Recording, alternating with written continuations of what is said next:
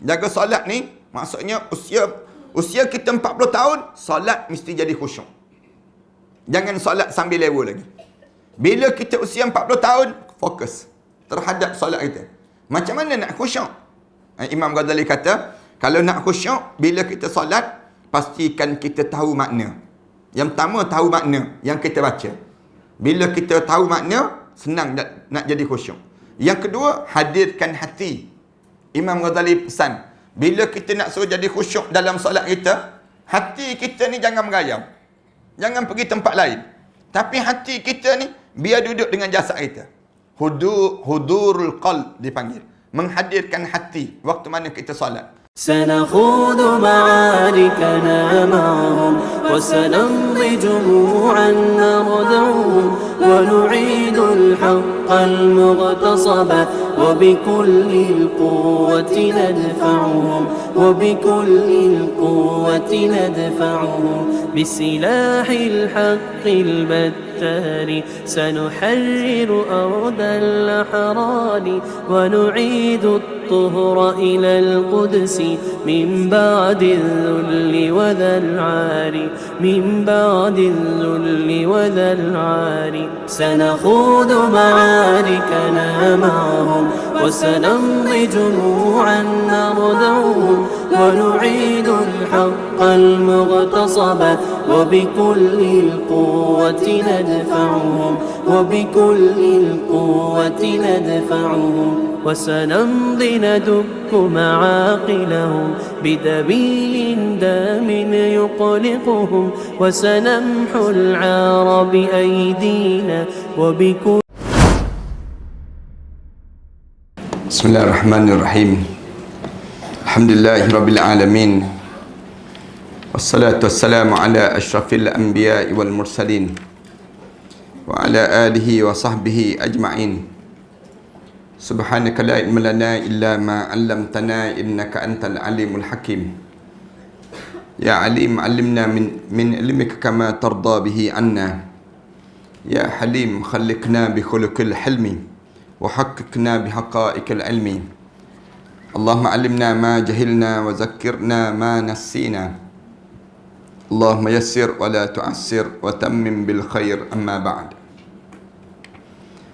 Para hadirin yang dirahmati sekalian, alhamdulillah kita syukur pada Allah kerana kita diberi lagi peluang oleh Allah untuk kita berbicara ataupun kita berbincang tentang mengenai bagaimana perjalanan kita yang akan datang nanti.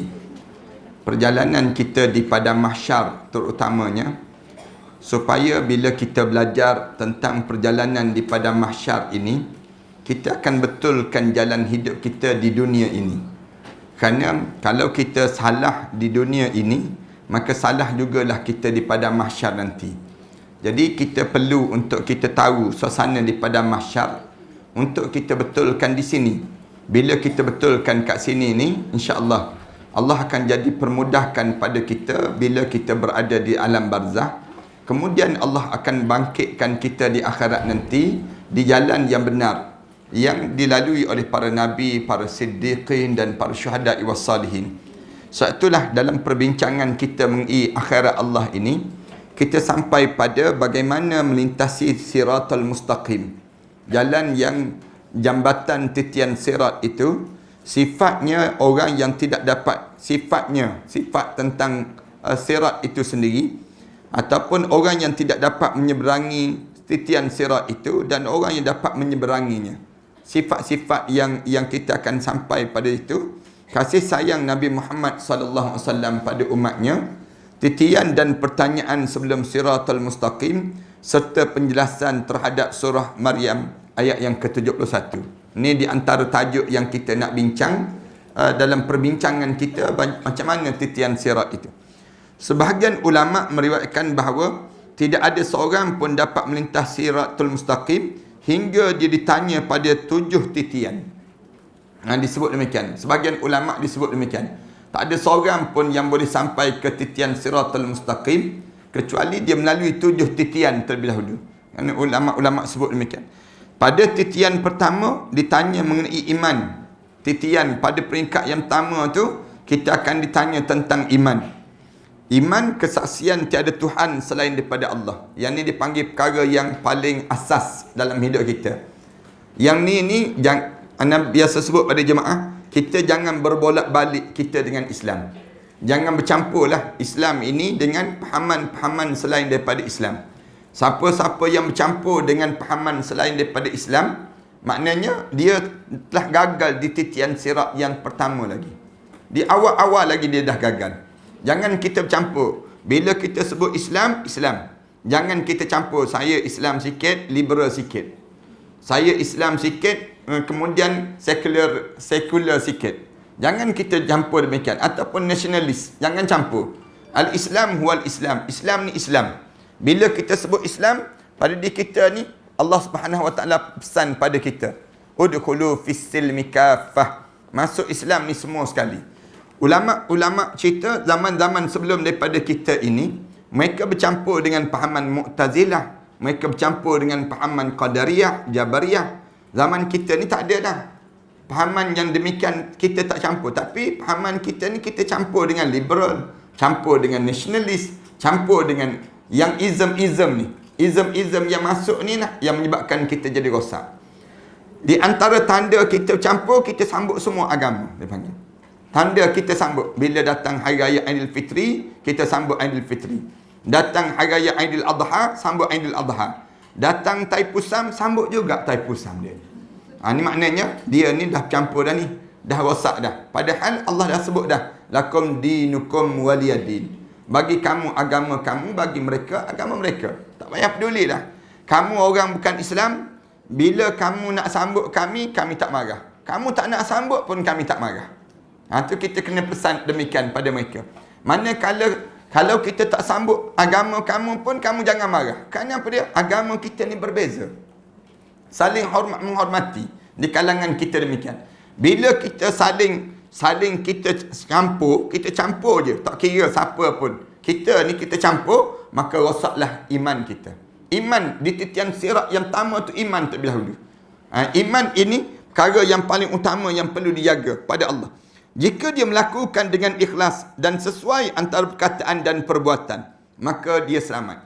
Titian sirat yang pertama ni. Kemudian pada titian sirat kedua, ditanya mengenai solat. Habis yang pertama, tanya tentang mengenai yang disebut dengan keyakinan. Yang kedua, ditanya tentang mengenai solat. Sembahyang kita ni macam mana? Jaga solat. Sebab tu kita sebut, dalam hidup kita, lepas pada jaga keyakinan, jaga solat. Jaga solat dalam hidup kita ni. Solat jangan tinggal walaupun satu rakaat.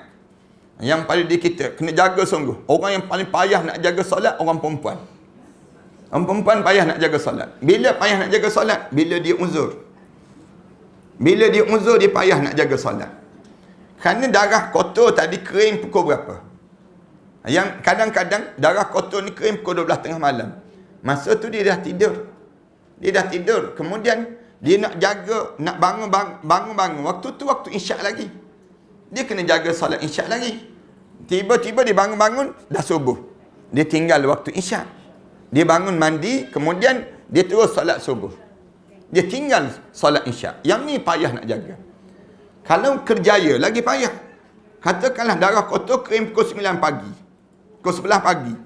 Waktu tersebut, dia nak jaga solat zuhur. Tak terjaga dah dia. Dia nak mandi kat mana? Dia kerja. Kemudian dia tinggal solat zuhur. Kemudian dia jaga, dia pergi sampai asar. Asar, balik daripada asar, dia tinggal sembahyang asar. Dia balik, dia mandi. Kemudian dia mula solat maghrib. Dia tinggal 2 waktu dalam hidup dia. Yang ni nak jaga ni payah.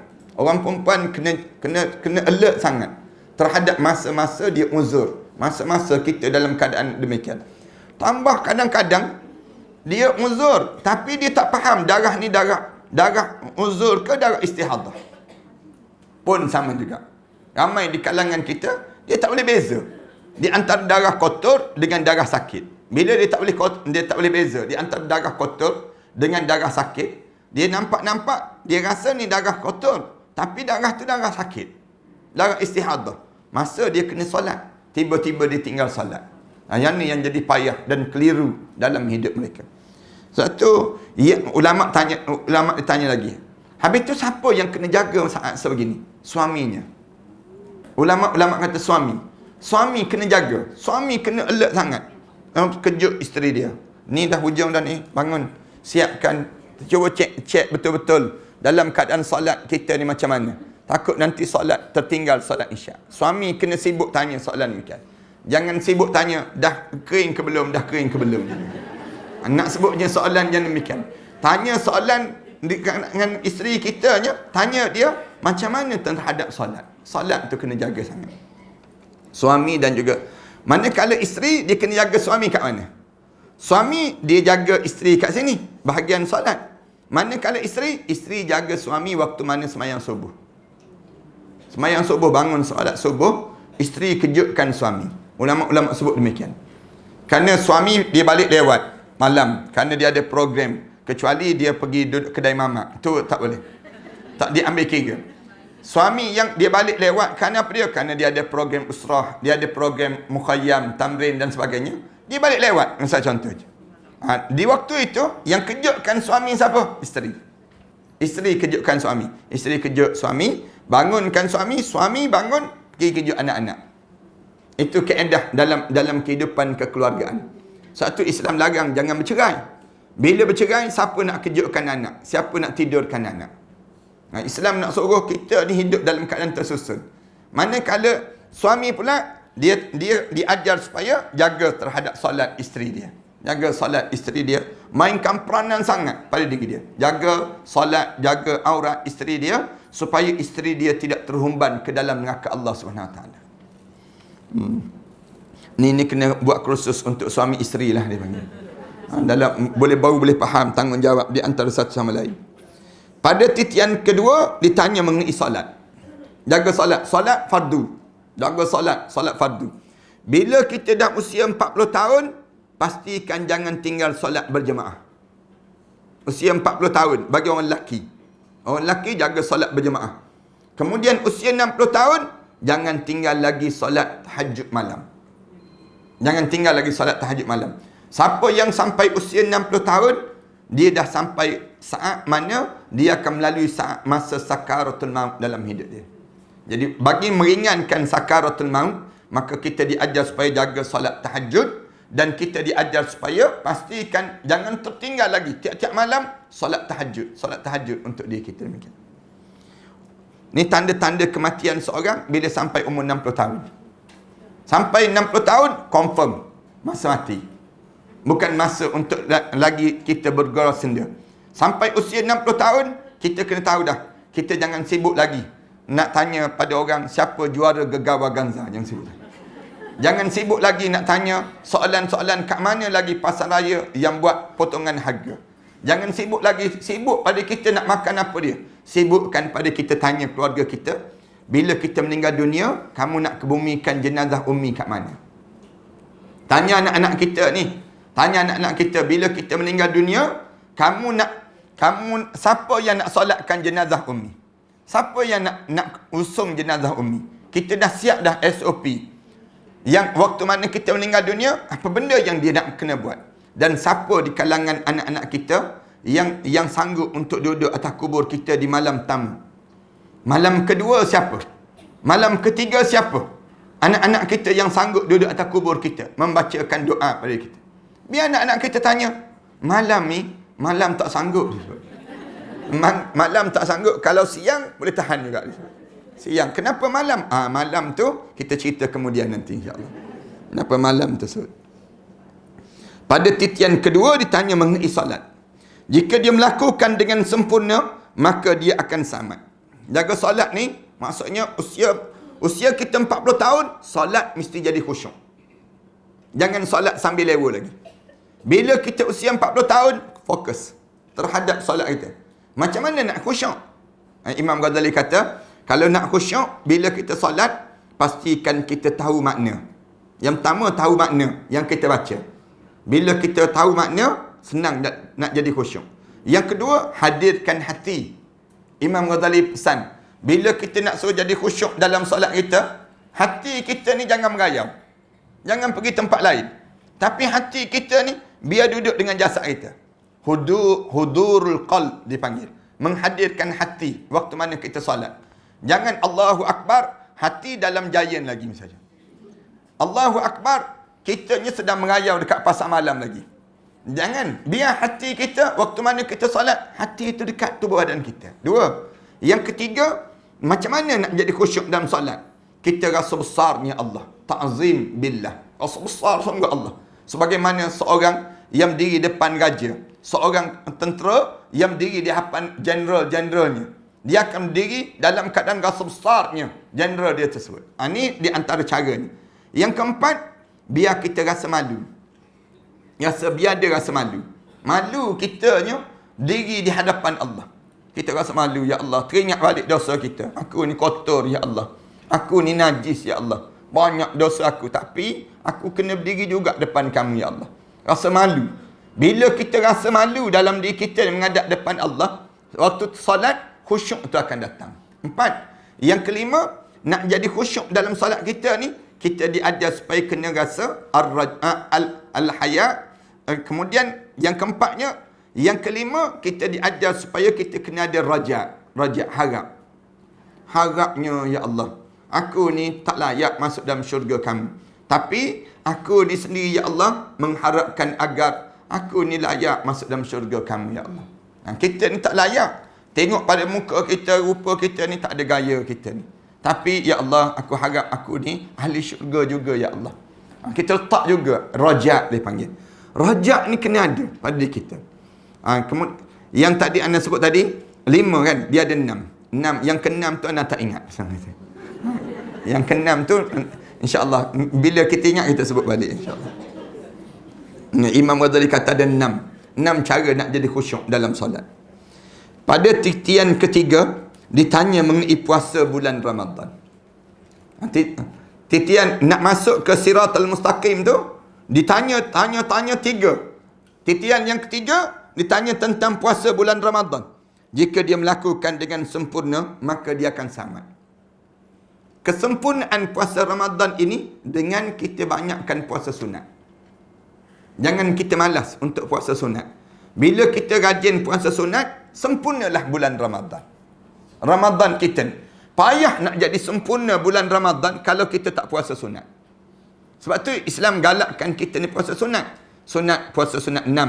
Sunat disunatkan Isnin Khamis. Sunat pada 13, 14, 15. Dalam setiap bulan. Ni di antara masa puasa sunat kita. Puasa sunat dalam hidup kita rajinkan puasa sunat. Kesempurnaan itu berlaku untuk bulan Ramadan. Pada diri kita demikian. Kerana bulan Ramadan ni payah nak jadi sempurna, betul-betul payah. Di awal-awal kita terganggu kita. Di tengah-tengah lagi terganggu. Hujung pula lagi terganggu. Di awal terganggu dengan makanan-makanan yang banyak. Dan kita ni terganggu di awal-awal. Tengah-tengah makanan kita jadi kurang. Makanan kita ni kita tak selera sebagaimana awal. Tapi hujung kita diganggu dengan gaya pula. Yang menyebabkan kita terganggu. Nak fokus kita dalam, patutnya lagi hujung, lagi kita ni lagi dekat dengan Allah bulan Ramadan. Tapi tak. Dalam suasana kita, lagi hujung, lagi kita ni dalam keadaan yang semakin hamba dan tawar. Kenapa kita jadi macam tu? Kerana kita diganggu dengan gaya. Masyarakat kita dibesarkan gaya. Akhir-akhir ni, masyarakat Melayu kita ni dia nampak raya tu besar. Sehingga kan bila sebut saja raya, orang kita ambil cuti untuk balik raya. Dia tak ambil cuti untuk dapatkan malam Lailatul Qadar. Ni yang menyebabkan kita terganggu. Kesempurnaan kita akhir dia tidak sempurna. Malam-malam akhir kita di atas jalan raya. Malam-malam akhir kita sibuk buat lemang. Malam-malam akhir kita sibuk dengan keadaan yang kita tak mencari lagi Lailatul Qadar. Yang menyebabkan kita tak sempurna Ramadan kita. Ramadan ni jadi sempurna bila? Bila kita sambung lagi dengan puasa sunat 6, ditambah dengan puasa Isnin Khamis, ditambah dengan 13, 14 dan 15 ini, menyempurnakan Ramadan yang kita lakukan ini semua. Kemudian pada titian keempat ditanya mengenai zakat. Sambung titian zakat. Zakat ni pun sama, masalah besar. Kita ni cari jalan nak kalau boleh jangan keluar zakat. Kita cari jalan macam tu. Tapi kita tidak cari jalan kalau boleh nak suruh keluarkan zakat. Tapi kita nak cari jalan, sibuk dia. Tanya, Ustaz, saya ni duit banyak ni je. kena keluar zakat juga ke ustaz dia sebut. Padahal tak perlu tanya pun. Kita dah tahu dah, duit kita banyak ni, sebaik-baiknya saya nak zakat kat mana ni ustaz? Tanya soalan demikian. Dan memang tanggungjawab kita dah. Saya nak bagi pada cucu saya nak bagi pada orang ni. Perlu zakat lagi ke ustaz? Orang kita ni tanya. Tanda apa dia? Sebaik, kalau seboleh mungkin dia tak nak keluar zakat. Orang kita ni, dia ada barang kemas. Seboleh mungkin dia pakai setiap hari. Dia pakai setiap hari tu, barang kemas dia supaya apa dia? Supaya tak kena keluar zakat. Dalam hidup dia. Bukan orang tempat ni, orang Australia dia bagi. Ni zakat. Zakat kita ni, sebaik-baiknya kita kena keluarkan zakat kita. Dan saya cadangkan macam, misal contoh, tabung derma yang lalu ni kan. Tabung derma yang lalu tu, di kalangan kita, mula-mula kita masuk tu, kita niat zakat terus. Lebih baik daripada kita zakat qada kita. Lebih baik kita letak zakat qada. Senang pada diri kita. Kerana kita ni, dulu-dulu kita tak belajar pun bab zakat ni. Kita tak rasa pun bab zakat ni.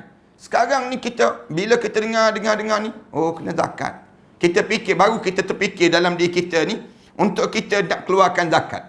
Baru kita terfikir. Sedangkan kita ni, dah banyak dah sebelum daripada ni, kita tak keluar zakat. Menyebabkan zakat kita ni, zakat yang tertangguh, dia panggil. Yang kita kena tunaikan sekarang. Ya, kena tunai juga sekarang ini. Selagi mana kita hidup, kita tunaikan zakat. Niat sepanjang masa. Bila kita masuk dalam tabung tu, niat, ya Allah ni duit zakat. Kita sebut demikian. Cuma zakat ni dia tak perlu pada khusyuk. Beza dengan semayang. Semayang perlu khusyuk. Sebab tu Allah gunakan dengan kalimah zakat, aqimus salah wa atuz zakah. Allah gunakan demikian. Salat, kamu kena dirikan salat. Maknanya, kamu kena khusyuk. Manakala zakat, Allah sebut wa atuz zakah. Tunaikan zakat. Zakat ni kita ambil duit itu, kita masukkan dalam tabung lillahi ta'ala. Kita niat begitu, tunailah zakat kita ni. Tak perlu nak salam-salam, goyang pula, letak kerih belakang depan kita. Beria pula kita ni. Tu nak sebutnya. Orang Melayu kita ni, dia kena macam tu. Nah, macam mana ni ustaz nak lapas zakat saya ni? Tak apa, kita ambil je duit tu, kita serah ustaz, ni zakat saya. Lillahi ta'ala. Selesai. Niat zakat. Niat tu dalam hati. Tak perlu kita lafaz pun tak apa. Waktu mana kita keluar bahagian tu, kata nak keluar zakat. Dah boleh tertunai dah zakat. Tu cara demikian. Kita tak ambil dah duit tu. Pada titian yang kelima, ditanya mengenai haji dan juga umrah. Haji ditanya juga. Jangan menyimpan harta, tiba-tiba tak tunai haji. Orang tanya dia, Mas, kenapa tak tunai haji? Nanti kalau pergi tunai haji, orang panggil Pak Haji, dia panggil. Bila bunyi Pak Haji, bunyi tua je disebut. Macam tak nak je disebut.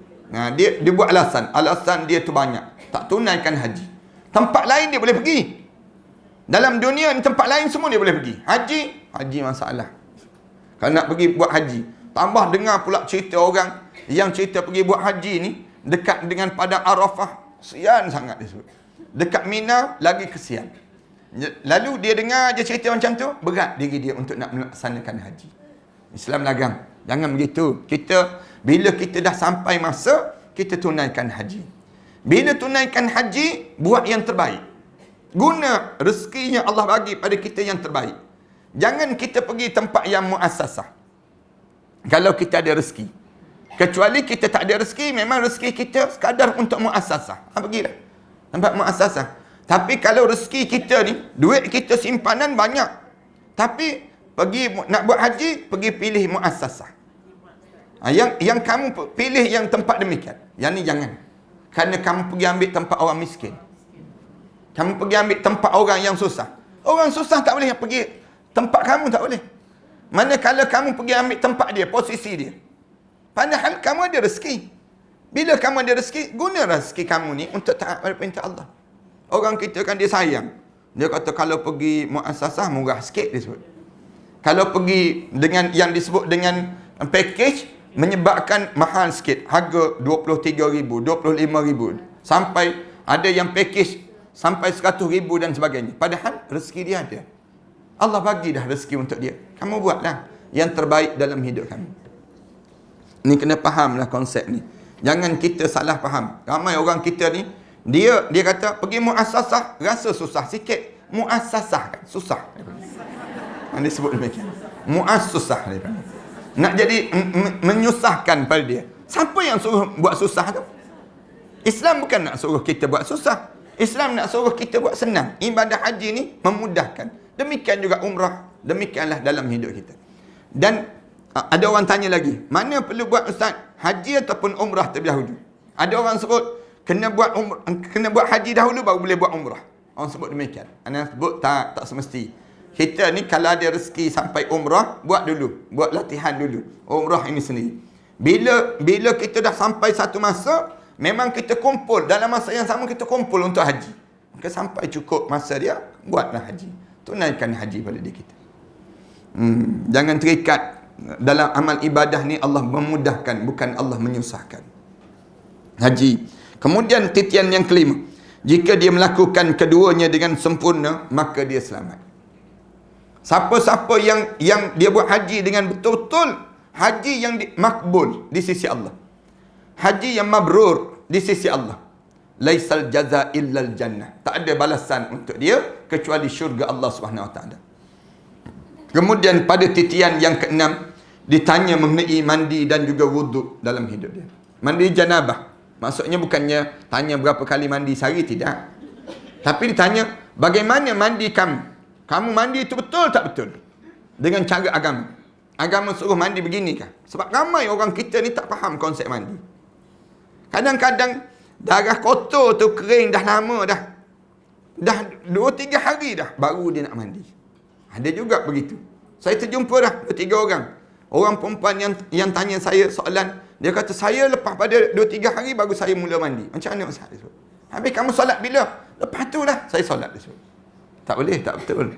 Dia kena kering je mandi terus. Dan jangan kita ni melewat-lewatkan masa mandi. Di akhirat nanti ada orang yang terseksa kerana tak jaganya mandi. Mandi wajib yang patut dia mandi tadi. Pesan anak-anak perempuan kita, anak-anak kita tak belajar kan. Dia tak belajar di sekolah, dia tak belajar. Kemudian dalam bab darah ni sendiri, bila dia cek tersebut, darah warna coklat, darah yang warna merah, darah yang berubah-ubah ni, dia tak tahu makna darah tersebut. Yang ni penting untuk dipelajari di kalangan kita. Anak perempuan lah perlu dibetulkan, dan juga di keluarga di kalangan kita. Jika dia melakukan dengan sempurna, maka dia selamat. Titian yang keenam. Pada titian yang ketujuh, ditanya mengenai perbuatan aniaya manusia yang merupakan titian yang paling sukar untuk dilalui. Ini yang disebut dengan titian yang ketujuh. Abu Hamid menyatakan dalam Kashful Ulumul Akhirah, Imam Ghazali sebut, orang yang tinggal di tempat persinggahan hanya orang mukmin, orang Islam, para muhsinin, orang yang berilmu, orang yang jujur, para syuhada, orang saleh, dan para rasul yang tidak bersifat ragu-ragu, munafik dan pura-pura dalam agama.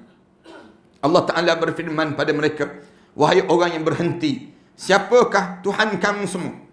Orang yang dipanggil, kemudian ditahan sebelum melalui titian sirat. Orang yang berhenti ni, siapa Tuhan kamu? Mereka menjawab, Allah Subhanahu Wa Ta'ala.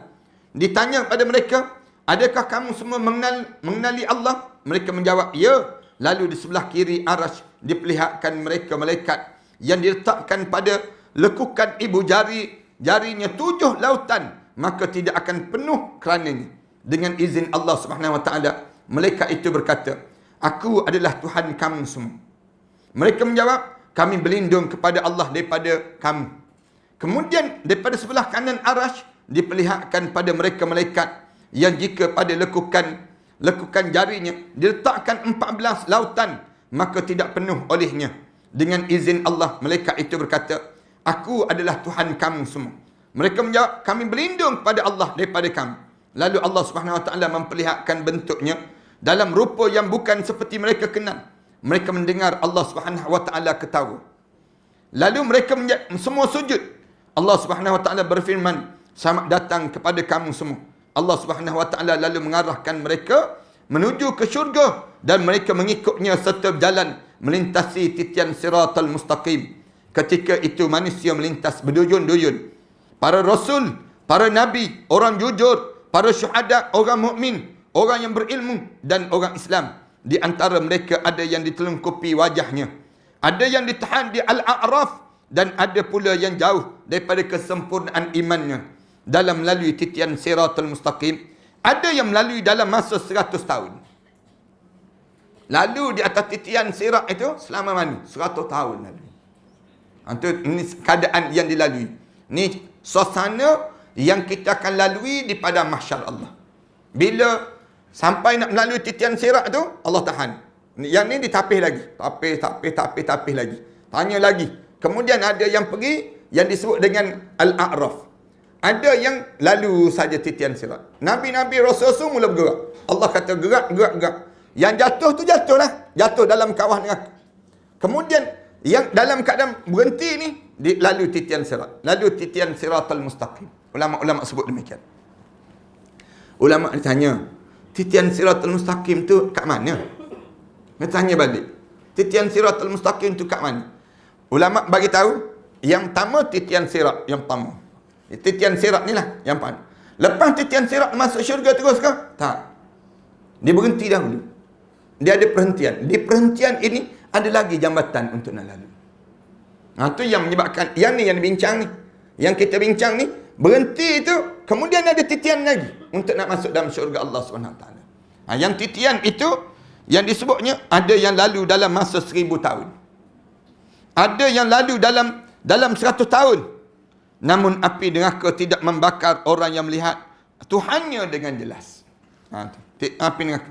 Bagaimana rasanya diri kamu apabila berada di atas titian sirat dan memandang ke neraka Jahannam yang hitam dilutupi kegelapan, panas yang membakar, nyalaan api yang menjulang tinggi, dan kamu berjalan dalam keadaan tersekat-sekat. Macam mana perasaan kamu? Bila kamu ni, cuba kamu bayangkan, kamu kena melalui titian sirat itu dalam keadaan yang api menjulang-julang, kemudian panas, kemudian dalam keadaan diri kamu tersekat-sekat. Wahai diriku, bertaubatlah dengan sebenarnya. Ini syair orang Arab lah. Orang Arab ni, kalau dia disebut sesuatu benda, biasanya dia kuatkan hujah dia dengan syair. Syair dia terjemah begini. Wahai diriku, bertaubatlah dengan sebenarnya. Apalah dayaku jika semua hamba telah dikumpulkan kepada yang mempunyai kekuasaan, maka mereka bangkit daripada kuburnya dalam keadaan mabuk kerana memikulkan dosa sebesar gunung. Titian telah dibentangkan agar mereka melaluinya. Di antara mereka ada yang ditelungkupkan ke kiri pada mereka tersebut. Ada juga yang berjalan menuju ke syurga Adn yang disambut para pengantin dengan sanjungan. Waktu itu mula berjalan untuk nak masuk dalam syurga Jannatul Adn yang disambut dia di kalangan para bidadari-bidadari yang nak sambut saat mana nak masuk dalam syurga Allah SWT. Al-Muhaimin, Allah berfirman, wahai hambaku, aku mengampuni dosa kamu, maka janganlah kamu bimbang. Ungkapan penyair lain berkata, ketika sirat terbentang di atas neraka jahim, terasa sukar dan panjang bagi yang melakukan maksiat. Ada orang yang berada dalam neraka, mereka akan mengalami kebinasaan. Ada orang yang berada dalam syurga, mereka mendapat daripada Allah keampunan. Nyatalah kebenaran dan tersingkaplah segala yang tersembunyi. Derita akan berpanjangan, ratapan akan berterusan bagi mereka yang dihumban di dalam neraka itu. Daripada hadis Abu Hurairah radhiyallahu anhu, mereka datang pada Nabi Muhammad sallallahu alaihi wasallam. Lalu baginda mengizinkan mereka. Kemudian dibawa amanah dan kasih sayang yang diri di sebelah kiri dan kanan titian sirat. Orang yang pertama berjalan melalui dengan cepat seperti borak saat itu. Mula-mula bila berjumpa dengan Nabi Muhammad, Allah kata, kemudian lalu titian sirat. Bila nak lalu titian sirat, dia letakkan yang disebut dengan dua perkara kat tepi titian sirat ini. Yang pertama, di sebelah kanan dan kiri ni, di bawah tanggungjawab, amanah. Amanah tu diletak di sebelah. Kemudian satu lagi, kasih sayang. Dua sifat ini diletakkan. Ada tak ada pada orang nak melalui titian sirat ini? Kalaulah mereka ni amanah dan juga ada kasih sayang, laju dia ni bagaikan laju dia macam binatang dinaiki borak. Seperti lajunya, seperti mana yang disebut dengan borak itu sendiri. Kita kena jagalah tanggungjawab kita. Tanggungjawab kita ni dalam hidup kita untuk diri kita sendiri. Tolong jaga tanggungjawab ini. Amanah kita dengan yang disebut dengan keluarga kita. Tanggungjawab kita. Kemudian amanah kita dengan siapa? Masyarakat kita. Jaga tanggungjawab ini. Kalau kita boleh jaga yang ni, insya-Allah kita laju je melalui titian sirat itu seperti borak yang melalui yang disebut dengan titian itu sendiri. Laju tak laju borak ini, lihat saja dengan peristiwa Isra' Mi'raj Rasulullah sallallahu alaihi wasallam. Sekejap je masa di antara di bumi sampai Masjid Aqsa, kemudian Masjid Aqsa sampai Sidratul Muntaha, kemudian turun balik. Disebutnya Rasulullah sallallahu alaihi wasallam itu, perjalanan Rasulullah itu disebut dalam kitabnya, bila Rasulullah balik itu, tempat yang Rasulullah duduk itu panas lagi tempat punggung. Maknanya cepatnya masa yang berjalan itu sendiri. Macam mana Allah buat dalam perjalanan sebegitu, Allah panjangkan masa. Macam kita tengok orang meninggal dunia kan. Orang meninggal dunia. Yang meninggal dunia ni, kadang-kadang kita tengok ditembak. Tembak. Tembak tu kena peluru, kemudian terkulai. Mati mereka tersebut. Tapi yang meninggal tu dia rasa sakarat. Dia rasa sakarat. Jadi panjang masa dia. Dia tidak kata, tu, mati terus. Tak ada sakarat pada diri dia. Tak ada. Semua yang mati ni melalui rasa sakarat. Sakarat ni masa panjang ke? Masa panjang. Kita tengok kejap je. Kejap je pandangan dunia. Tapi masa tu Allah dah alih. Jadi masa yang panjang. Macam orang tidur dalam majlis ilmu ni, misal contoh. Tidur kan? Tidur sekejap. Allah, tak berhenti lagi ustaz ni. Anda jadi demikian. Rasa lama dah dengar kuliah. Nak gambarkan demikianlah dalam waktu mana yang disebut dengan suasana di padang mahsyar Allah.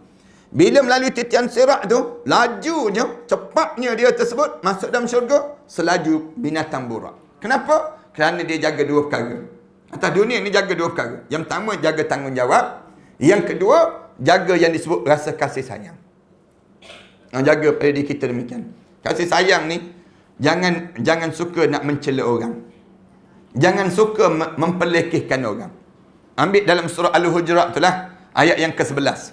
Ya ayyuhallazina amanu, la yaskhar qaumun min qaumin asa an yakuna khairan minhum, wala nisa'un min nisa'in asa an yakunna khairan minhun, wala talmizu anfusakum, wala tanabadhu bil alqab, bi'sal ismul fusuq ba'dal iman.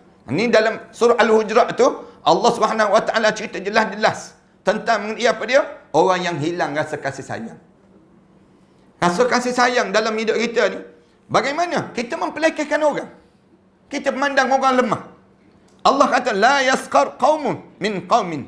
Jangan kamu rasa orang tu lekeh dibandingkan dengan kamu. Boleh jadi yang kamu rasa lekeh tu, dia lebih bernilai daripada kamu. Allah ajar demikian. Wala nisa'un min nisa'in. Demikian juga orang perempuan. Jangan orang perempuan pandang lekeh terhadap orang perempuan yang lain. Jangan kamu pandang lekeh. Tengok kain tudung dia, tak beli dekat tempat mahal tu. Dia sebut demikian. Tengok je jubah dia, tak sama pun dengan kita. Kita pandang lekeh. Tengok handbag dia, lagi teruk. Kita je jadi demikian. Jangan kita pelekehkan orang. Asa an yakunna khairan minhun. Boleh jadi dia tu jauh lebih baik daripada kamu. Allah ajar demikian. Nak suruh kita ni, nak suruh kita timbul rasa kasih dan juga sayang. Sama-sama kita ni, alhamdulillah, adik-beradik je kita ni. Seronok je. Kita duduk sebelah-sebelah di kalangan kita ni, rasa suka je kita. Kenapa? Kita ni macam adik-beradik je di kalangan kita. Orang ni akan laju di titian sirat nanti. Tak ada pun pada diri dia ni tersekat-sekat dalam hidup dia. Hidup dia ni, Allah, dia rasa sentiasa dia tak nak rasa permusuhan. Yang dia nak rasa untuk disambung silaturahim dalam diri. Kita akan jumpa orang macam ni. Orang yang tak nak berkelahi, orang panggil. Orang yang dia tak nak cari masalah. Ada orang yang hidup ni banyak songih, dia panggil macam. Banyak songih ni maksudnya sentiasa ada masalah. Dia ni sebut tak kena dengan orang tu, tak kena dengan orang ni, tak kena. Kadang-kadang diri dia sendiri pun dia tak kena. Nak sebutnya sebut tak kena dalam hidup. Ni masalah dia. Orang macam ni di akhirat nanti payah dia nak melalui titian sirat. Jangan kita jadi demikian. Jadilah orang yang tak ada hengki-pengki. Tak ada yang jenis hipokrit. Dalam hidup kita ni sentiasa semai rasa kasih dan sayang sesama kita. Itu satu kekuatan dipanggil. Payah jemaah sekalian. Sebab dia terbentuk dengan peribadi kita sejak daripada kecil lagi. Sejak daripada kecil kita dah bentuk macam tu, PL kita. Jemaah-jemaah, kita bergaul dengan ramai sikit orang kan. Kita akan berjumpa dengan berbagai-bagai PL manusia. Cara mereka berfikir pun berbeza-beza dengan kita. Cara kita, kadang-kadang benda kecil dia anggap besar. Benda yang besar, lebih-lebih lagi dia rasa besar. Tapi nak sebutnya dalam hidup ni, ada orang yang dia tak kisah pun. Benda kecil ni tak payah layan lah, tak payah sebut dah. Saya tak ambil berat pun benda-benda yang demikian. Ada orang yang dia sentiasa permudah dalam hidup dia. Rasulullah sebut, yassiru wa la tu'assiru, wa basyiru wa la tunaffiru. Permudah, jangan payah, Rasulullah sebut. Mudah dalam hidup. Jangan kamu banyak sangat benda-benda yang kamu rasa yang tu tak boleh, yang ni kena buat macam ni, kena buat macam ni. Susah dalam hidup kamu. Allah ajar apa dia? Yassiru. Melalui Rasulullah sebut, permudah, jangan kamu payah. Wala tu'assiru, jangan kamu buat payah. Kamu buat payah, nanti kamu payah di padang mahsyar Allah nanti. Dalam hidup kita begitu pada diri kita. Kita kan kalau orang kita, bila orang bagi tahu, anak-anak saudara bagi tahu pada kita, nak datang ke rumah lah, kita pun terfikir, nak keluar kat mana kita? Kita nak keluar bila? Anak saudara kita bagi tahu, boleh tak nak datang hujung minggu ni, misal contoh. Kita pun jawab terus, hujung minggu ni tak boleh lah. Makcik nak pergi sana, nak pergi sini, kita ni ada program dah. Padahal tak ada pun. Tapi oleh kerana kita ni nak menyusahkan. Habis tu, bila nak mula datang ni? Datang 2 minggu lagi, kita sebut. 2 minggu lagi. Kita mula menyusahkan. Jangan. Permudahkan dalam hidup. Allahu Akbar. Dalam dunia kita ni, orang kita ni macam-macam. Dia buat payah. Dia jadi buat payah. Bila dia buat payah, dia jadi payah dia untuk dapat kasih sayang. Bila dia payah untuk dapat rasa kasih sayang, orang rasa susah dengan dia. Ada kan orang yang kita ni rasa seronok nak berjumpa dengan dia. Kalau kita berjumpa dengan dia, memang selesai masalah kita. Kita rasa demikian. Mudah dia. Ada orang, kalau kita sebut nama dia, pergilah berjumpa dengan dia, dia akan tolong kita. Alah, tak boleh lah dia ni. Tak boleh lah. Kalau kita pergi jumpa dengan dia, bukan kita je susah, bukan dia je susah, dengan kita susah. Dia je demikian. Menambahkan lagi bebanan susah kita. Kan ada kan, orang yang kita cerita masalah kita pada dia, dia menambahkan lagi susah. Aku dah katakan dulu, kenapa kamu buat? Sekarang dah kena. Padan muka engkau tu. Dia menambahkan lagi susah. Kita ni dah susah, dia pergi tambah lagi yang susah. Kita rasa menyusah aja jumpa dengan orang ni. Nak sebutnya demikian. Faham ke tak faham tu dia dia berkata, aku bertanya lagi, demi Allah dan ibuku, apakah maksudnya berjalan seperti borak itu? Tanya lagi, yang laju macam borak di atas titian sirat itu, apa dia ya Rasulullah? Rasulullah menjawab, adakah kamu tidak melihat bagaimana borak pergi dan pulang dalam sekelip mata sahaja? Sekelip mata je, tak sekali je lajunya borak ini. Kemudian ada yang berjalan seperti angin, Rasulullah sebut. Jalan seperti angin, laju borak lagi pada angin. Ada yang seperti burung. Kemudian ada yang berlari cepat dengan amalnya. Sedangkan Nabi, kamu semua berdiri di atas titian sirat sambil berdoa, ya Allah, selamatkanlah. Tiap kali mana kamu nak melalui titian sirat itu, Rasulullah kata, Nabi-Nabi di kalangan umat ni, dia mesti berdiri di hujung titian sirat. Sambil dia sebut apa dia? Ya Rab, salim. Wahai Tuhanku, samakanlah. Tengok, umat dia nak lalu saja, nak melalui titian sirat je, Nabi ni akan berdiri. Ya Rab, salim. Wahai Tuhanku, samakanlah. Rasulullah cerita demikian. Sehingga ada hamba yang sedikit amalnya, sehingga dia hanya berjalan dengan merangkak saja saat itu. Sikitnya amal dia tu, berjalan dia merangkak je atas titian sirat. Nak suruh selamatnya di saat yang sedemikian rupa. Jemaah tengok yang di negara China kan, dia buat jambatan kaca tu, kemudian dia buat rangka-rangka pula. Tengah-tengah berjalan tu, dia buat retak. Terkejut tergamam merangkak je orang tu. Atas tersebut. Tu kaca yang tengok sayu ke bawah. Yang ke bawah tu sendiri. Pun yang kita dah tengok dah macam mana sayupnya. Takutnya manusia. Ini titian sirat. Titian sirat ni bukan kaca-kaca dah. Lalu atas selai rambut yang dibelah 7. Rambut dibelah 7. Kemudian tajam pula. Lebih tajam daripada mata pedang. Saat itu cuba kita bayang. Nak suruh selamat ni, kalau tak lalu tak boleh. Dah nak ditutup dah. Ada mahsyar nak ditutup. Kita pula kena bergerak. Kena bergerak juga. Bila dalam keadaan sebegitu, nak lepas titian sirat tu. Bawah pula gaun neraka. Allah, tak boleh nak dibayang dah. Bunyi pula manusia bunyi rak. Takut ni tak boleh nak disebut bahasa pada diri kita saat itu. Allahu akbar. Biar Allah selamatlah kita semua insya-Allah. Rasulullah sallallahu alaihi wasallam bersabda, di sekitar sirat terdapat pengait yang menyambar sesiapa yang diperintahkan. Tapi titian sirat tu pula ada pengait. Pengait yang kait yang sedang kait je. Tengok orang lalu je kait. Lalu je orang yang lalu tu dikait. Siapa yang tersangkut dilemparkan ke dalam neraka. Demi zat yang memegang jiwa Muhammad, dasar neraka Jahannam itu setinggi mana 70 adalah tingkat dia saja. 70 tingkat setinggi itu disebutnya. Ini juga diriwayatkan dalam hadis Uzaifah. Daripada hadis Abu Sa'id Al-Khudri yang menyatakan kemudian dibentangkan Al-Jis. Jis ni maknanya jambatan. Jejantas. Kalau orang Arab dipanggil jis ni maknanya jejantas lah. Jejantas. Bila dibentang jejantas di atas neraka Jahannam dan dibenarkan memberi syafaat, mereka berdoa, ya Allah, selamatkanlah. Mereka ni nabi-nabi berdoa. Kemudian ditanya pada Rasulullah, wahai Rasulullah, apakah Al-Jis? Baginda menjawab, titian yang licin, yang mempunyai lengan, peliknya ada pengait, serta hujung yang runcing dan penuh dengan duri, yang dinamakan dengan As-Sa'dan, duri As-Sa'dan, duri yang beracun. Dipanggil. Orang mukmin ada yang berlari sekelip mata, ada yang seperti borak, ada yang selaju angin, burung, dan ada pula yang seperti kuda dan tunggangan lain di padang mahsyar itu. Orang Islam selamat dan orang yang dikaitkan diangkat serta dilemparkan ke dalam neraka Jahannam. Di saat mana di melalui titian sirat itu sendiri. Mengenai hadis ini akan dijelaskan kelak. Hadis ini. Dalam riwayat Abu Sa'id Al-Khudri dinyatakan telah sampai riwayat kepada aku bahawa Al-Jis lebih halus daripada rambut dan lebih tajam daripada pedang. Nah, itu yang dimaksudkan demikian.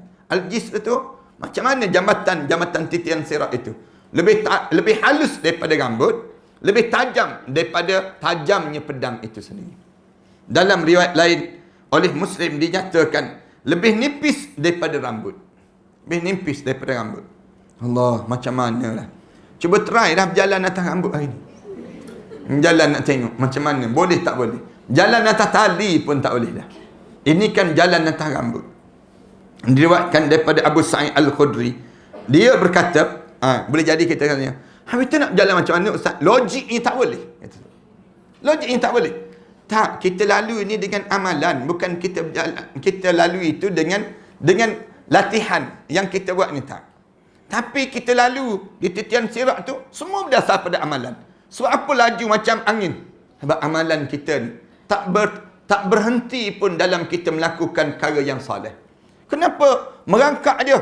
Kerana kita ni buat dalam keadaan yang malas-malas di atas dunia. Jadi menyebabkan kita ni jadi merangkak daripada mahsyar Allah.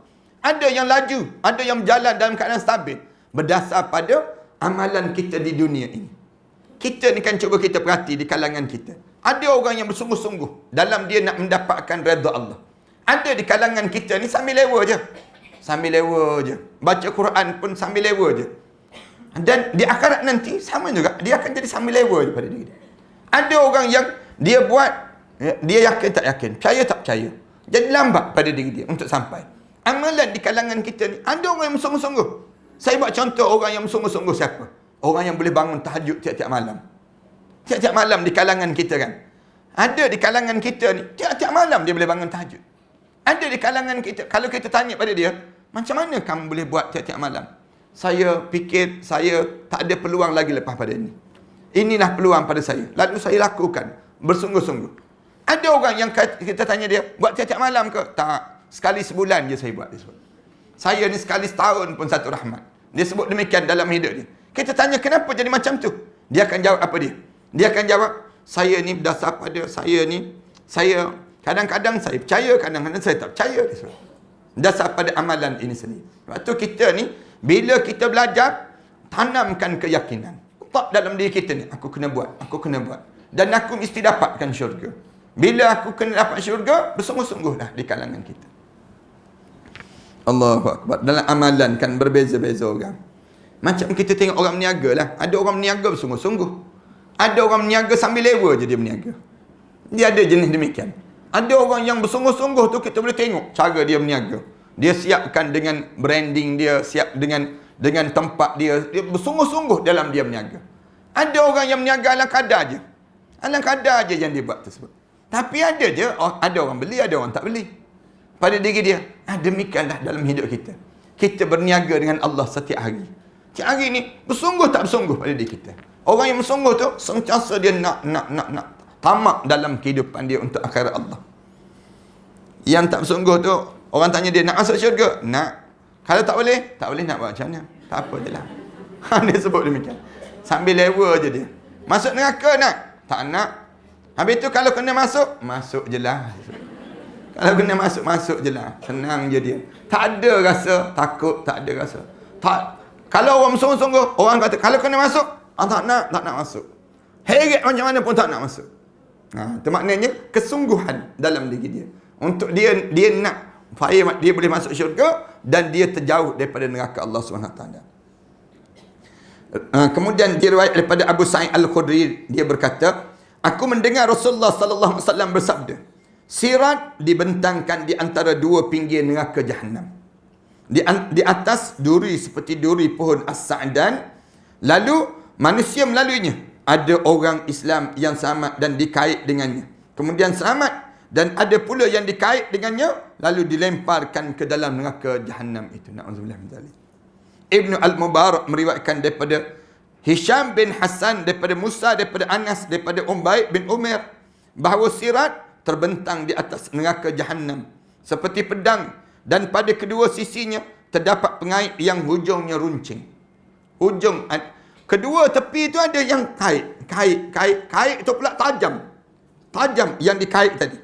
Kemudian seseorang disambar oleh satu pengait yang jumlahnya lebih banyak daripada penduduk suku Rabi'ah dan Mudar itu sendiri.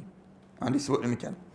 Rusdan bin Sa'id meriwayatkan daripada Amru bin Haris daripada Sa'id bin Abu Hilal, dia berkata sampai pada kami bahawa sirat pada hari kiamat bagi sebahagian manusia lebih halus daripada rambut, sedangkan bagi sebahagian lain seperti padang yang luas yang dijadikan padanya. Ini suasana yang disebut dengan sirat ini. InsyaAllah kita sambung pada minggu yang akan datang nanti.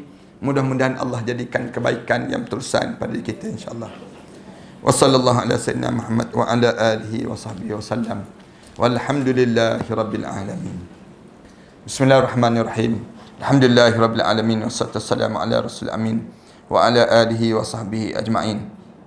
Allahumma shrah lana sudurana wa hassin akhlaqana wa yassir lana umurana. Allahumma shfi marda Bilal bin Ahmad syahidi. Allahumma shfi mardah. Allahumma syafi anta syafi la yughadiru saqama. Allahumma shfi mardah Ibnu bin Ibrahim. Allahumma shfi mardah. Allahumma syafi anta syafi la yughadiru saqama. Allahumma shfi mardana wa mardal muslimin warham mautana wa mautal muslimin. Allahumma ja'alna min ibadika salihin waj'alna min ibadika al-mukhlasin. Rabbana 'alaika tawakkalna wa ilaika anabna wa ilaikal masir. Rabbana atina fid dunya hasanah wa fil akhirati hasanah wa qina azaban nar. Sallallahu ala Muhammad wa ala alihi wa sahbihi wasallam. Alhamdulillahi rabbil alamin.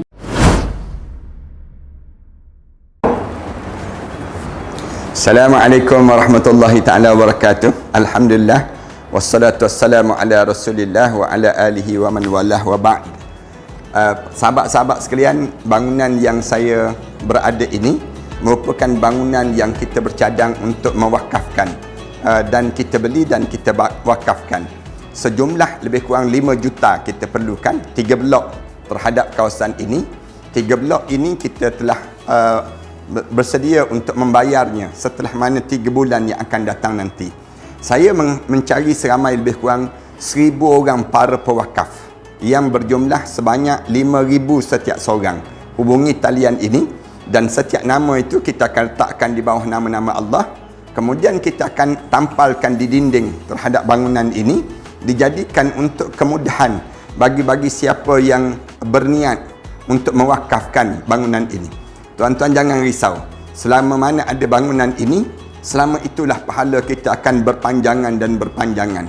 Ambillah kesempatan di saat mana kita mempunyai peluang yang Allah bagi pada diri kita ini untuk sama-sama kita menyuburkan dan mewangikan kubur-kubur arwah-arwah ayah kita, arwah ibu kita, arwah-arwah yang telah meninggal dunia. Dan tak lupa kita pun bakal arwah yang kita akan mewakafkan bangunan ini, pahala-pahala akan berpanjangan dan berterusan. Setakat ini kami telah bersedia untuk membeli daripada pemilik yang bukan Islam kepada menjadi milik orang Islam pula. Mari bersama dengan kami, mudah-mudahan Allah jadikan kebaikan kepada dalam wakaf-wakaf di kalangan kita, kepada para pewakaf yang telah mewakafkan ini. Wallahu a'lam.